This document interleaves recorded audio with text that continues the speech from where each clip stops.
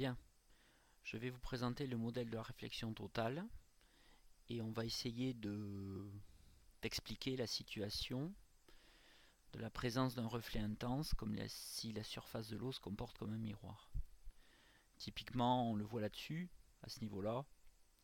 Donc la lumière du soleil éclaire le requin et un plongeur placé sur le côté voit un reflet du requin sur la surface de l'eau, alors que l'eau est un matériau transparent comme l'air qui est derrière.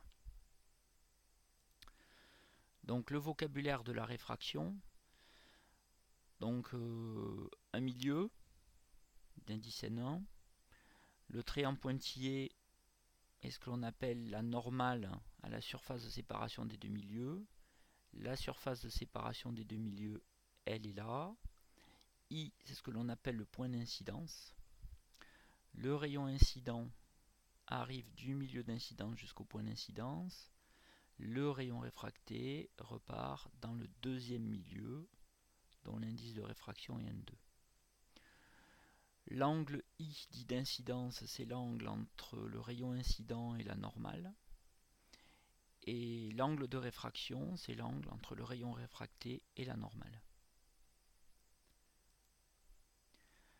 Quand on a fait le TP sur la réfraction, donc vous avez obtenu deux courbes. La première courbe, c'était l'angle d'incidence en fonction de l'angle de réfraction. Donc là, c'est l'angle d'incidence et ici l'angle de réfraction. On s'aperçoit qu'on a au début une droite pour les petits angles, ensuite ce n'est plus une droite. Et si on représente ici donc le sinus de l'angle d'incidence en fonction du sinus de l'angle de réfraction, à ce moment-là, on a une droite parfaite à tous les angles.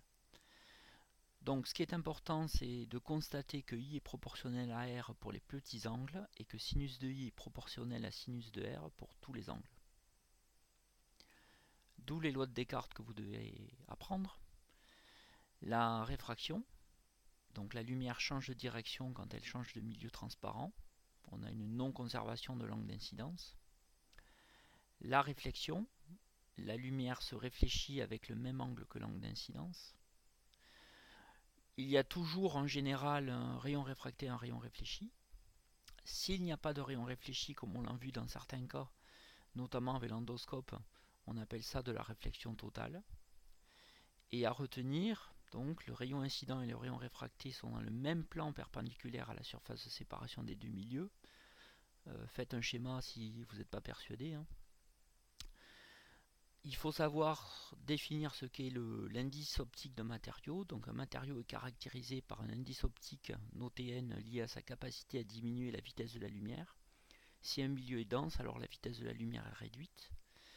L'indice de l'air ou du vide, où la vitesse de la lumière ne bouge pas, est à 3 fois 10 puissance 8 mètres par seconde ou 300 000 km par seconde. Cet indice vaut 1, ça signifie que la lumière ne change pas de vitesse dans l'air. Pour l'eau, par exemple, c'est 1,3, ça veut dire que la vitesse de la lumière est réduite d'un facteur 1,3. Et voici donc les deux lois du modèle.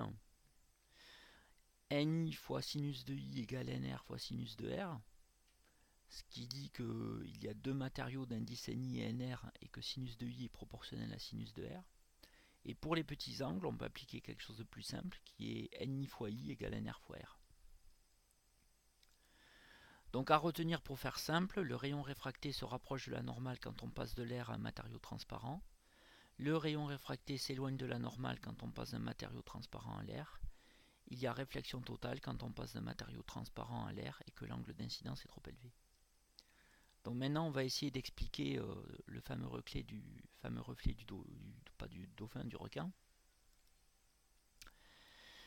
Donc un reflet intense apparaît, cela signifie que la lumière, au lieu de passer dans l'air, s'est réfléchie sur la surface de l'eau comme si c'était un miroir.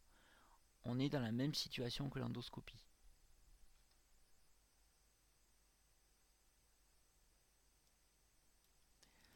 Donc le schéma de la situation, donc l'air indice 1, l'eau indice 1,3, le requin, un plongeur qui le regarde, les rayons issus du requin vont sur la surface de l'eau, pourraient se réfléchir et se réfracter. On va montrer qu'il n'y a pas de rayon réfracté. Donc la loi de Descartes s'écrit ni sinus i égale nr sinus r. On cherche donc s'il y a un rayon réfracté, donc on cherche son angle de réfraction. Si on isole sinus r, ça nous donne ni fois sinus i sur nr. En application numérique, l'indice d'incidence étant l'eau, du moins le milieu d'incidence étant l'eau et le milieu de réfraction étant l'air, ni vaut 1,33 et nr vaut 1. L'angle d'incidence vaut 60 degrés comme montré sur le schéma. Donc si on remplace, ça nous fait sinus de r, c'est 1,33 fois sinus 60 sur 1, ça nous fait 1,15. Or, un sinus a une valeur comprise entre 1 et moins 1, donc il n'existe pas d'angle pour lequel le sinus vaut 1,15. Autrement dit, avec un vocabulaire mathématique, il n'y a pas d'antécédent de 1,15 avec la fonction sinus. Il n'y a pas de rayon réfracté, on est dans une situation de réflexion totale, toute la lumière se réfléchit sur la surface de l'eau. Si par contre le plongeur se rapproche, à ce moment-là, l'angle ici, donc l'angle d'incidence, ne vaut pas 60 degrés mais 30 degrés. On va voir si à ce moment-là on trouve un angle de réfraction. La loi de Descartes s'écrit de la même manière, on isole sinus r de la même manière. La seule chose qui va changer, c'est d'avoir maintenant, au lieu d'un angle i de 60 degrés, on va avoir un angle i de 30 degrés. Donc maintenant, après calcul, on trouve 0,67. Or, un sinus est compris entre moins 1 et 1. Donc on trouve un angle pour lequel le sinus vaut 0,67. On fait ceci en tapant la fonction arc-sinus de 0,67. Ça nous donne 42 degrés. Donc il existe un rayon de réfracté d'angle de réfraction 42 degrés. Donc le reflet existe, mais bien moins marqué, car une bonne partie des rayons traversent la surface de l'eau. Voilà, vous pouvez réécouter cela autant de fois que vous voulez.